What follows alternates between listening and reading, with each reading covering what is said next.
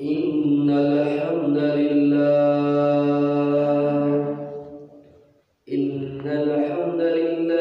نحمده ونصلي على رسوله الكريم فسبحان الذي نزل على الفرقان وننزل من القرآن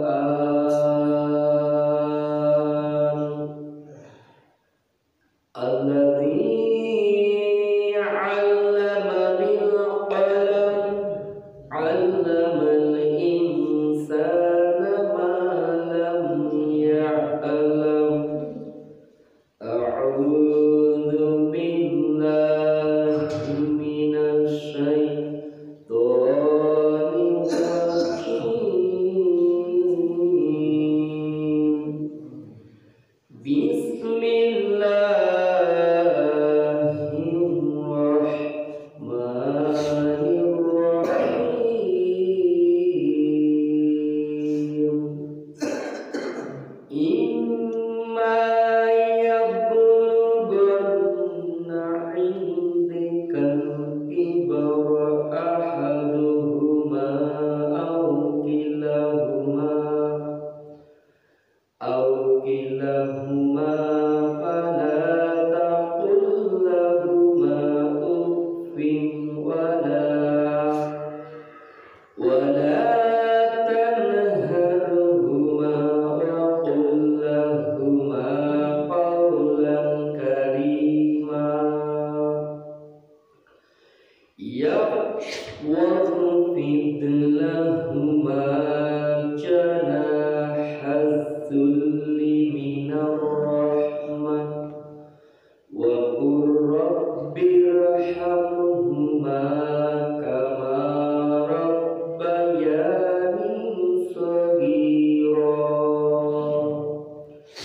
صدقت يا رب العالمين وقال النبي صلى الله عليه وسلم الجنة تحت أمهات الأقدام ورواه ابن ماجه إن الله وملائكته يصلون على النبي يا أيها الذين آمنوا صلوا عليه وسلموا تسليما شكر عليكم محمد الله رب العالمين দরবারে যে আল্লাহ রব্বুল আলামিন আপনাকে আমাকে পবিত্র জুমার দিনে মসজিদে আসার এবং বসার এবং প্রায় হাদিস থেকে কিছু কথা বলার এবং শোনার তৌফিক দান করেছেন। এজন্য সকলে বলি আলহামদুলিল্লাহ। সালাম মানবতার মুক্তির দিশারি সর্বকালের সর্বশ্রেষ্ঠ মহান সাইয়্যিদুল মুরসালিন ইমামুল মুত্তাকিন হযরত মুহাম্মদ সাল্লাল্লাহু আলাইহি ওয়াসাল্লাম মাগফিরাত ওয়া কামনা করি সকল ভাইদের জন্য যারা আল্লাহ পাক রব্বুল আলামিনের জমিনে তার আইনকে প্রতিষ্ঠিত করতে গিয়ে পরলোক গমন করেছেন। আল্লাহ তাআলা সবাইকে শহীদ হিসেবে কবুল করে জান্নাতের উচ্চ মাকাম দান করুন। আল্লাহুম্মা আমিন। সম্মানিত উপস্থিতি, আজকের আলোচনার বিষয় হলো মা বাবার হক এবং অধিকার, যেটাকে আরবিতে বলা হয় হুকুকুল ওয়ালিদাইন। মা বাবার পিতামাতার অধিকার, মা বাবার অধিকার।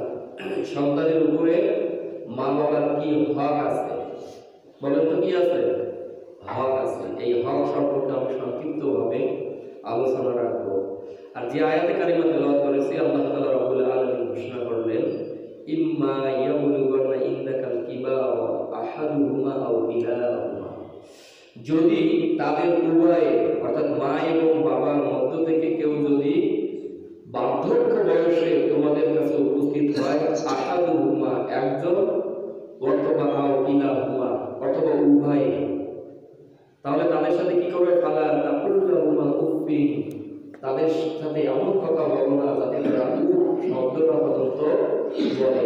ওয়ালা তানহারহুমা, তাদেরকে ধমক দেওয়া যাবে না। ওয়াকুল্লাহুমা কাওলান কারীমা, এবং তাদের সাথে সম্মানের সহিত শ্রদ্ধার সহিত কি করতে হবে, কথা বলতে হবে। অফিদ লাহুমা জানাহাজ যুলফি মিনার রাহমা, এবং তাদের সামনে তোমাদের বাহুগুলোকে নত করে দিয়ে দিতে হবে। বাহুগুলো কি করতে হবে, ডানাগুলো নত করে দিতে হবে। ওয়াকুল রব্বি রহমহুমা কামা রাব্বায়ানি সগীরা, এবং মা বাবার জন্য দোয়া করতে হবে, হে আমার রব, তুমি তাদেরকে লালন পালন করো ঠিক ওইভাবে যেভাবে তারা আমাদেরকে লালন পালন করেছিল ছোটবেলায়। এই হলো আয়াতে কারিমার সরল অনুবাদ। আর আল্লাহ পাক রব্বুল আলামিন, আমি যে আয়াতে কারিমা তেলাওয়াত করেছি, এখানে মা বাবার 5টা হকের কথা বলছে। কয়টা? 5টা। দেখেন, ইবাদত আমরা যাহা বুঝি, নামাজ পড়া ইবাদত, রোজা রাখা ইবাদত, এই 5টা মা বাবার সাথে এই 5টা আদব ব্যবহার করা হচ্ছে ইবাদত। বলেন সুবহানাল্লাহ। মা বাবার সাথে কি এই 5টা কাজ করা হচ্ছে কি ইবাদত। এর একটাও যদি আমরা বাদ দিয়ে দেই, তাহলে মা বাবা অর্থাৎ আল্লাহর ইবাদত আমরা পরিপূর্ণভাবে করতে পারলাম না। কথা কি বুঝছেন? এর 5টা অর্থাৎ কোরআনুল কারীমে কতগুলো যে আল্লাহর আদেশ আছে, এই আদেশগুলো আমরা অনেকগুলো বই পুস্তকের মধ্যে, তাফসীরের মধ্যে পাই, কিন্তু এই কোরআনুল কারীমের মধ্যে আদেশ এবং নিষেধ আছে প্রায় 500টা। বলেন কয়টা? 500টা কাজ আপনি করবেন, আল্লাহর আদেশ আপনি পালন করবেন। 500টার একটা বাদ দিলেন, আপনি আল্লাহর ইবাদত করবেন না, অর্থাৎ আল্লাহর ইবাদতটা পরিপূর্ণভাবে করা হলো না। আর পরিপূর্ণভাবে যদি আল্লাহর আদেশ মানা না হয়, তার নিষেধগুলো যদি আমরা বাদ দিতে না পারি, তাহলে আমরা পরিপূর্ণ মুমিন মুত্তাকি হতে পারবো না। আসুন আমি সংক্ষিপ্তভাবে এই 5টা মা বাবার কর্তব্য, একজন সন্তানের মা বাবার উপরে এই আয়াতে কারিমার মধ্যে কয়টা কাজের কথা বলছে? 5টা। তাহলে এই 5টার মধ্যে সংক্ষিপ্তভাবে কিছু আমি আলোচনা করব।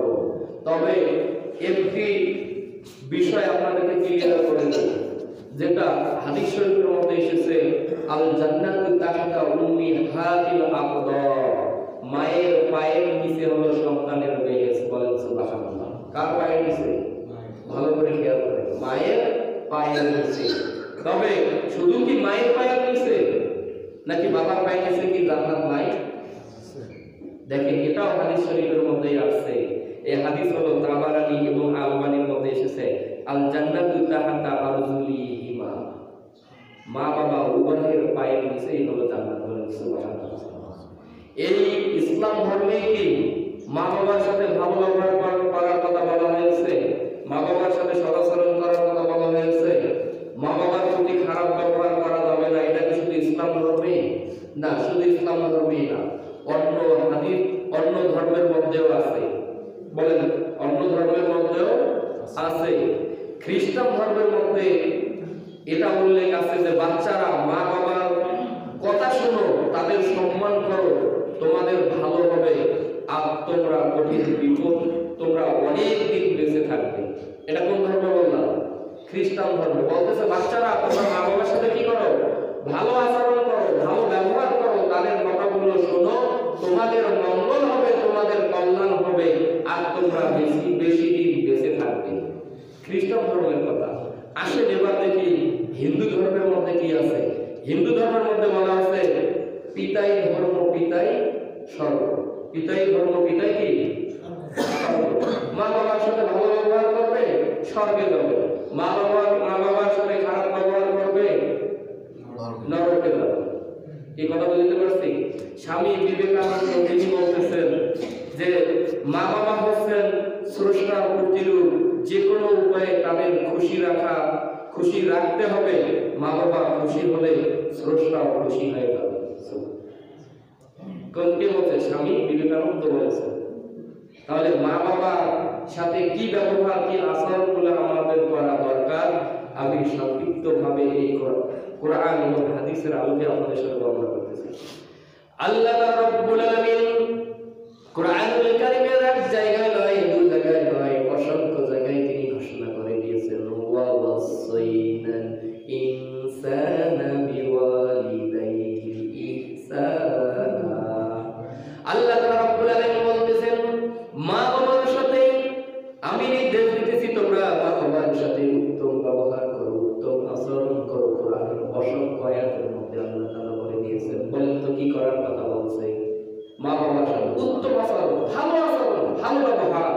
এটা পাওয়ার একমাত্র মালিক আল্লাহ তাআলা রব্বুল আলামিনের পরে আছে মা এবং বাবা। আল্লাহ এবং কি মা বাবা। আল্লাহ তাআলা রব্বুল আলামিন কুরআনে পাকের মধ্যে ঘোষণা করলেন ওয়া আবুদুল্লাহ ওয়া লা তুশরিকু বিহি শাইআ ওয়া বিল ওয়ালিদাইনি ইহসানা। আল্লাহ তাআলা বলেছেন ওয়া আবুদুল্লাহ, তোমরা আমি আল্লাহর ইবাদত করো, আমার সাথে কাউকে শরীক করো না। ওয়া বিল ওয়ালিদাইনি ইহসানা, মা এবং বাবার সাথে তোমরা সদাচরণ করো, সৎ ব্যবহার করো, সবচেয়ে উত্তম ব্যবহার করো। আল্লাহ নবী সাল্লাল্লাহু আলাইহি ওয়াসাল্লাম হাদিসে কুদসির মধ্যে ঘোষণা করে দিয়েছেন, আল্লাহ নবী সাল্লাল্লাহু আলাইহি ওয়াসাল্লাম বলেন আল্লাহ তাআলা তিনটি কাজকে হারাম করে দিয়েছেন। তিনটি কাজকে স্বয়ং আল্লাহ তাআলা পছন্দ করে। বলেন তো কয়টি কাজ? তিনটা কাজ আল্লাহ স্বয়ং কি করে দিয়েছে? হারাম করে দিয়েছেন, নিষিদ্ধ করে দিয়েছেন। একটা হলো মা বাবার সাথে নাফরমানি করা। বলেন কি করা? মা বাবার নাফরমানি করা, তাদের অবাধ্য হওয়া। আর দুই নম্বর হলো হকদারের হক না দেওয়া। তিন নম্বর হলো কন্যা সন্তানকে জীবিত হত্যা করা। এই কাজটা আল্লাহ তাআলা কি করে দিয়েছে? পুরো মানব জাতির জন্য তিনি হারাম ঘোষণা করে দিয়েছেন। আর তিনটা কাজ তিনি অপছন্দ করেন। এক নম্বর হলো গল্প গুজবে মত্ত হওয়া। দ্বিতীয় নম্বর কাজ হলো অতিরিক্ত প্রশ্ন করা এবং সম্পদ নষ্ট করা। বলেন কি? এক নম্বরে হলো গল্প গুজবে, অযথা গল্প গুজবে মত্ত হয়ে সময়ের পর সময় নষ্ট করা যাবে না, এবং অতিরিক্ত প্রশ্ন করা যাবে না, এবং সম্পদ নষ্ট করা যাবে না। সম্মানিত উপস্থিতি, এবার দেখি নবীজি সাল্লাল্লাহু আলাইহি ওয়াসাল্লামের সময় সাহাবায়ে কিরামরা প্রশ্ন কম করছে না বেশি করছে? বলেন তো, প্রশ্ন কম করছে না বেশি করছে? আর যখনই প্রশ্ন করছে তখনই আল্লাহর পক্ষ থেকে কি এসেছে? জবাব চলে এসেছে, উত্তর চলে এসেছে।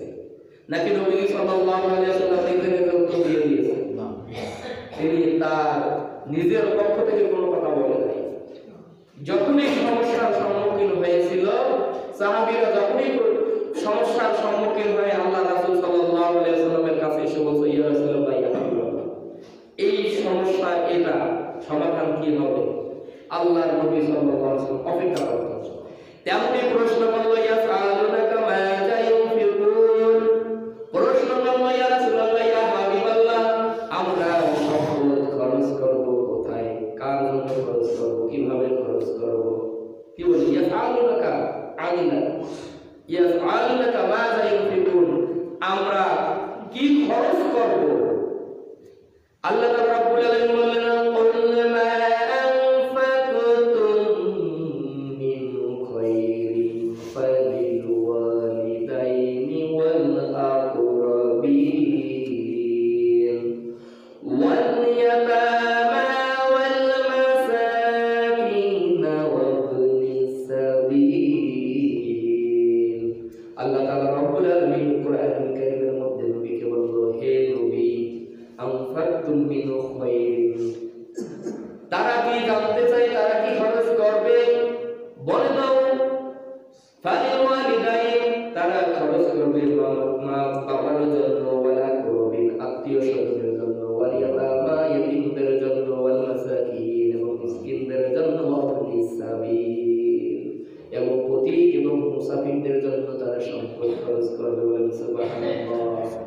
তা আমাদের সম্পদগুলোকে আমরা এখানে পাঁচটা খাত আল্লাহ তাআলা স্পষ্টভাবে বলে দিল, খরচ করার দরকার হয় কি করো, এই খাতগুলো তোমরা খরচ করো।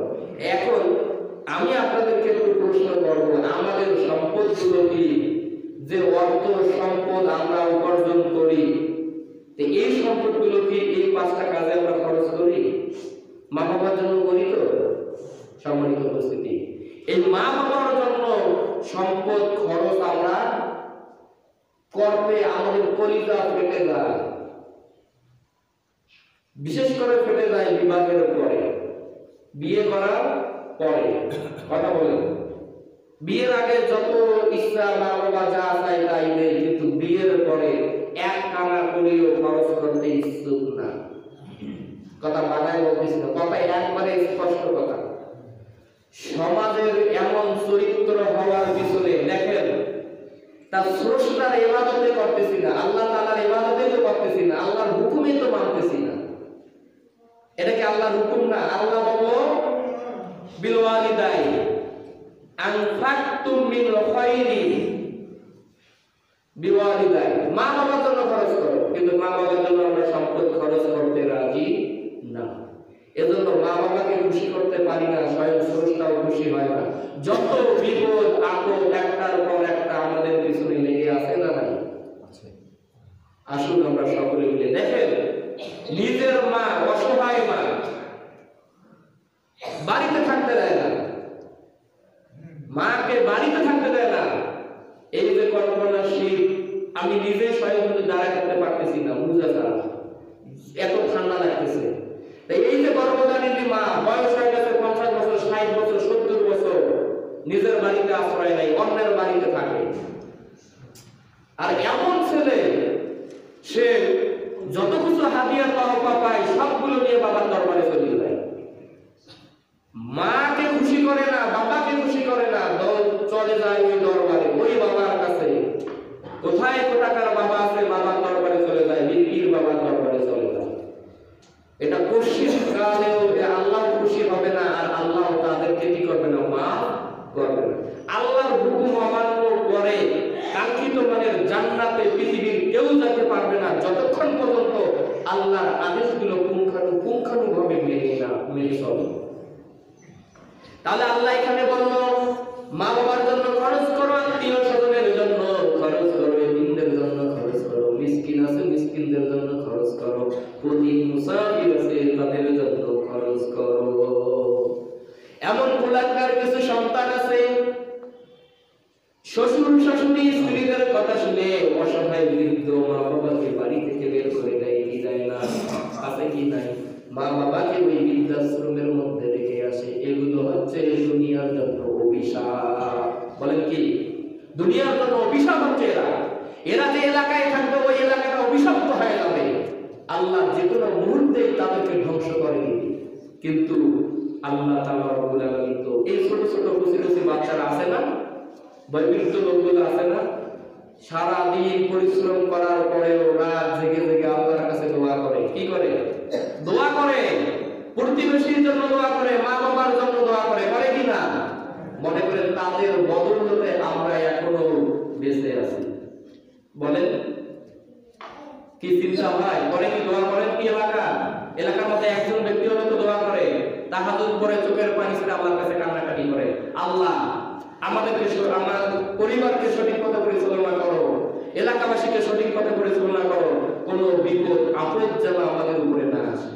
করে কি না? যে প্রতিবেশী, যে আত্মীয় স্বজন আপনার জন্য দোয়া করতেছে, আল্লাহ তো তাদের জন্যই খরচ করার কথা বলছে। বলছে কি না? সম্মানিত উপস্থিতি আসেন, মা বাবার অবাধ্য হয়ে একটা সন্তানও কি জান্নাত যাইতে পারবে? বাইজিদ বুস্তামি রাহমাতুল্লাহি আলাইহির কথা মনে আছে তো সবার? আছে কি না? এবং ঈশ্বরচন্দ্র বিদ্যাসাগরের কথা মনে আছে কি না?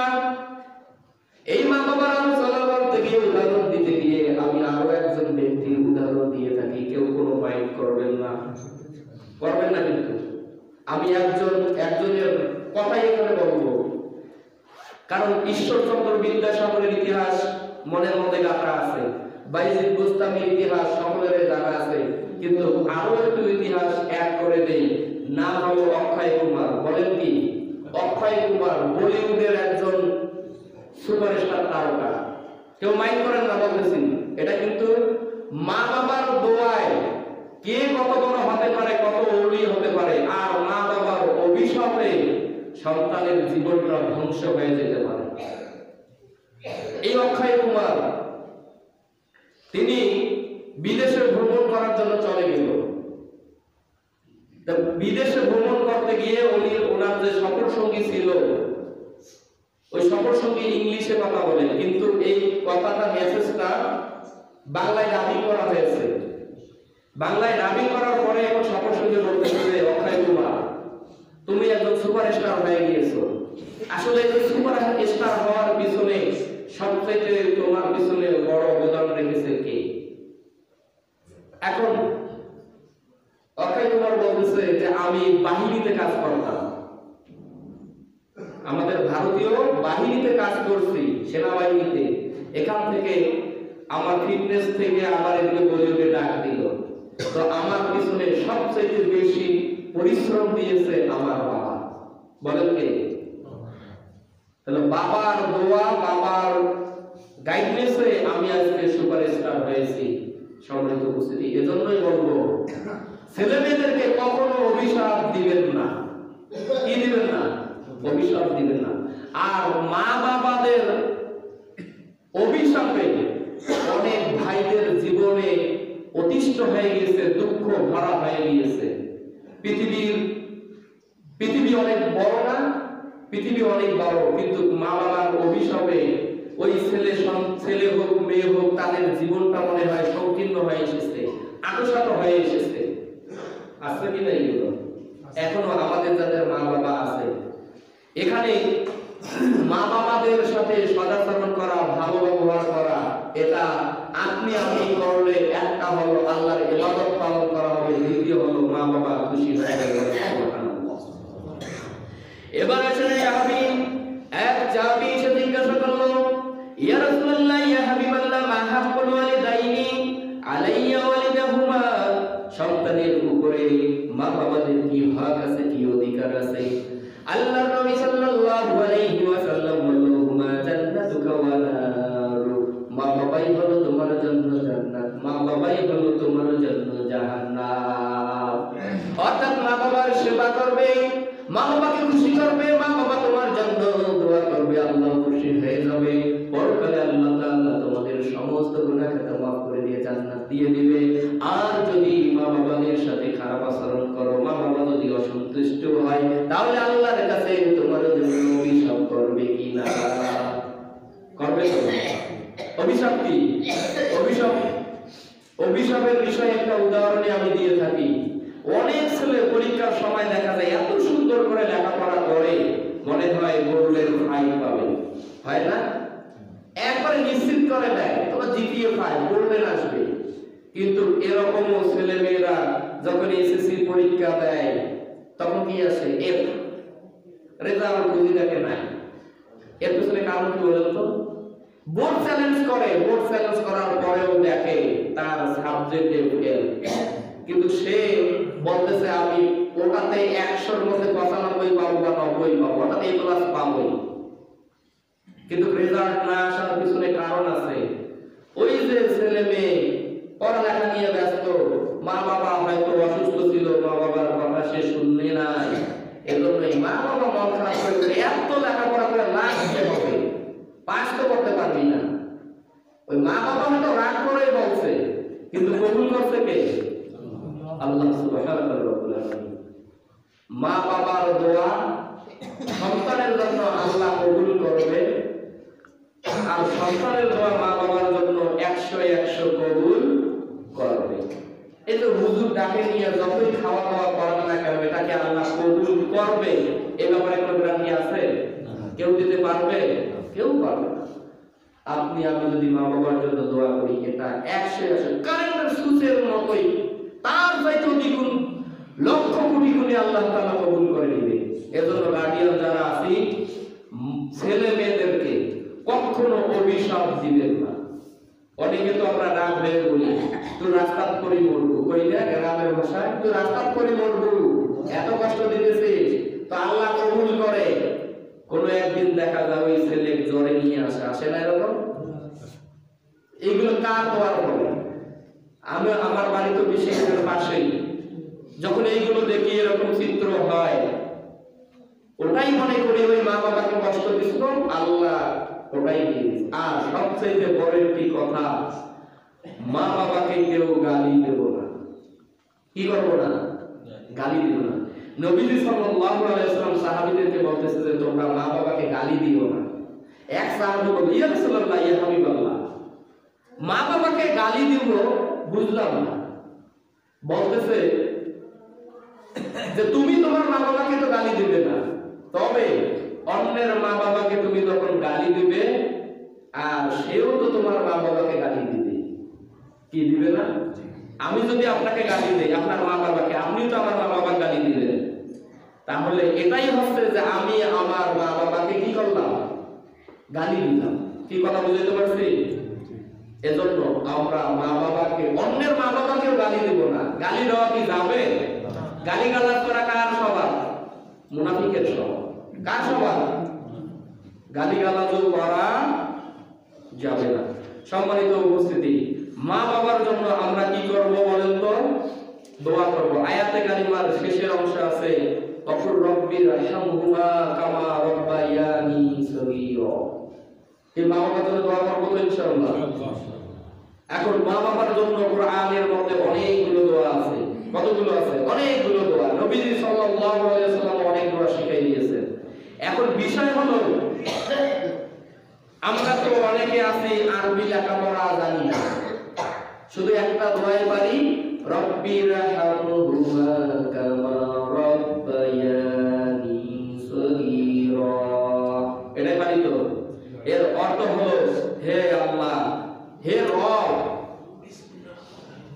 আমার মা বাবা ছোটবেলায় আমাকে যেভাবে লালন পালন করেছে, হে আমার প্রতিপালক, আপনিও তাদেরকে ওইভাবেই লালন পালন করুন। সুবহানাল্লাহ। এই দোয়া কি শুধু এই নামাজ পড়বে রাখছি একবারই করব? আচ্ছা, এই দোয়াটা আমি রাস্তা দিয়ে হেঁটে হেঁটে যাচ্ছি, তখন কি করতে পারবো না? পারবো কি না? মা বাবার জন্য দোয়া করবো আজকে থেকে। দেখেন আল্লাহ তাআলা রাব্বুল আলামিন কোরআনের মধ্যে বলেন, রব্বানা গফিরলি ওয়া লিওয়ালিদাইয়া ওয়া লিল মুমিনিনা ইয়াওমা ইয়াকুমুল হিসাব। আল্লাহ তাআলা রাব্বুল আলামিন কোরআনুল কারীমের মধ্যে দোয়া শিখাই দিলেন। দোয়া আল্লাহ তাআলা শিখাই দিল, হে আমার প্রতিপালক, রব্বানা গফিরলি, প্রথমে বলতেছে হে আমার প্রতিপালক, আপনি আমাকে maaf করে দিন, ওয়ালি ওয়ালিদাইয়া, আমার মা বাবাকেও maaf করে দিন, ওয়ালিল মুমিনিন, এবং মুমিন বান্দা, মুমিন মুমিনাত যারা রয়েছে, মুমিন পুরুষ নারী সবাইকে আপনি maaf করে দিন, ইয়াউমা ইয়াকুমুল হিসাব, যেদিন আপনি হিসাব কায়েম করবেন, ওই হিসাব কায়েম করার দিনে আমার হিসাবগুলো আপনি সহজ করে দিন। বলেন সুবহানাল্লাহ। যাদের মুখস্থ আছে এই দোয়াটা বেশি বেশি করে পড়েন, আর যাদের মুখস্থ নাই তারাও আরবিতে শেখার চেষ্টা করেন।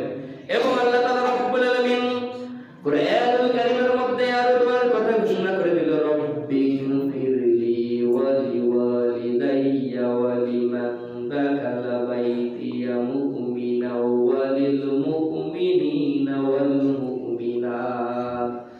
আল্লাহ তাআলা রাব্বুল আলামিন দোয়া শিখাই দিলেন, হে আমার প্রতিপালক, আমাকে maaf করো, আমার পিতামাতাকে maaf করো, মুমিন হয়ে যারা আমার ঘরে প্রবেশ করেছে তাদেরকেও maaf করো, মুমিন পুরুষ এবং মুমিন নারীদেরকেও আপনি maaf করে দাও। এটা দোয়া, একটা করে দোয়া পড়লে আপনি আপনার জন্য চাইতেছেন, মা বাবার জন্য চাইতেছেন, এবং যারা মুমিন হয়ে প্রবেশ করছে তাদের জন্য চাইতেছেন, মুমিন মুমিনা পৃথিবীতে যারা রয়েছে সকলের জন্যই আল্লাহর কাছে দোয়া করতেছেন। এখন আমি আপনাদেরকে বলবো, যারা আরবি পড়তে পারেন না, বাংলাও পারেন না, বাংলায় তো কথা বলতে পারেন, পারি কি না? যতই সমস্যার মধ্যে পড়বেন, দুরাকাত নামাজ পড়ে আল্লাহর কাছে বাংলায় চাইবেন, বাংলায় চাইলে কি আল্লাহ কবুল করবে? করবে কি না? করবে। এজন্য মনে আপনার যাহা আসে তাহাই চান, কারণ কবুল করার মালিককে আল্লাহ তাআলা বললেন, আল্লাহ কবুল করবে। তবে দেখেন, দোয়া কবুল আল্লাহ করবে, এতে কোনো সন্দেহ নেই। আল্লাহ বলছে, রব্বুকুম উদউনি আস্তাজিব লাকুম, বান্দারা তোমরা আমাকে ডাকো, আমি তোমাদের ডাকে সাড়া দেব।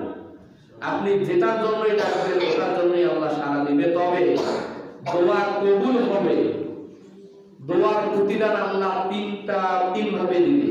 একটা হলো আপনি এখন চাইলেন, হয়তো এখন যদি এখন দেওয়ার উপযোগী হয় তাহলে সাথে সাথেই দিয়ে দিবে, 2-4 দিন পরে দিবে, এটা হলো একটা। আর দ্বিতীয় নম্বরটা হলো, আল্লাহ যদি মনে করে যে এটা কল্যাণ হলো পরকালে, আপনার আমার জন্য কল্যাণ কোন জায়গায়? এই দুনিয়াতে নয়, পরকালে। তাহলে আল্লাহ পরকালের জন্য এটা রেখে দিবে। পরকালে যখন বিপদ আসবে, হিসাব নিকাশ শুরু হবে, তখন দিয়ে দিবে। তৃতীয় নাম্বার হলো আল্লাহ এর দ্বারা আমাদের পিছনের সমস্ত গুনাহ খাতাগুলো মাফ করে দিবে।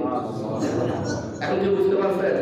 অনেক ভাই বোনেরা আছে, এরা এত দোয়া করে, বলে এত কিছু আল্লাহর কাছে চাই, আল্লাহ আমাকে দেখে না। বলেন আলহামদুলিল্লাহ। কি বলেন এরকম? আল্লাহ তো আপনার তিন ক্যাটাগরিতে দিবে, তিন ভাবে দিবে। যেটা যখন দরকার তখনই তো দিবে। আসলে আমরা সকলে মিলে আমাদের মা বাবা যারা আছে, মা বাবার খেদমত, সেবা যত্নে আমাদের যেন কোনো ত্রুটি না হয়। সর্বশেষ বলবো মা বাবার সাথে কেউ আমরা রাগান্বিত হবো না, তাদেরকে ধমক দেব না। তাদের সামনে আমাদের এই বাহুগুলো কি করবো? নত করবো। কিভাবে? আমাদের বাড়িতে হাঁস মুরগি আছে না, কবুতর আছে না? যখন একটা কাক এসে বাড়ির সামনে দাঁড়ায়, ছোট ছোট বাচ্চাগুলো এই মুরগি বা হাঁস কি করে? তাদের দুইটা বাহু আছে, পাখা আছে, পাখা দেয় এভাবে করে। তারপরে বাচ্চাগুলো সব যখন এই কাছাকাছি এসে যায়, তখন পাখাগুলো নেমে দেয়, দেয় কি না? তো আল্লাহ এই পশু পাখিগুলো দিয়েও আমাদের জন্য শিক্ষা দিয়েছে। ঠিক এভাবেই যেন এই বাহু ডানাগুলো যেন নত করে মা বাবার সাথে যেন কথা বলি। কি বুঝতে পারছি? এই বুক টান করে দিয়ে বাবা মার সাথে কথা বলতে কে নিষেধ করছে? আল্লাহ তাআলা নিষেধ করে দিয়েছে। আসুন আমরা সকলে মিলে মা বাবার সাথে যদি বেয়াদবি করে থাকি, আজকে যে মা চান, হাত ধরা লাগবে না, পাও ধরা লাগবে না, শুধু মা বলে একটা ডাক দেন, শুধু ডাক দেন মা বলে, এতেই কাম হয়ে যাবে। বলেন যে মা বাবা আপনি আমাদেরকে মাফ করে দেন, যতগুলো বেয়াদবি করছি, খারাপ ব্যবহার করছি, না জেনে শুনে করছি, আল্লাহ পাক রব্বুল আলামিন মাফ করে দিবেন। আসলে আমরা সকলে মিলে এই কথাগুলোর উপরে আমল করার তৌফিক দান করুন। আখিরি দাওয়ানা আলহামদুলিল্লাহি রাব্বিল আলামিন। যারা পরে আছি 4 রাকাত কাবলা জুমার সালাত আদায় করুন।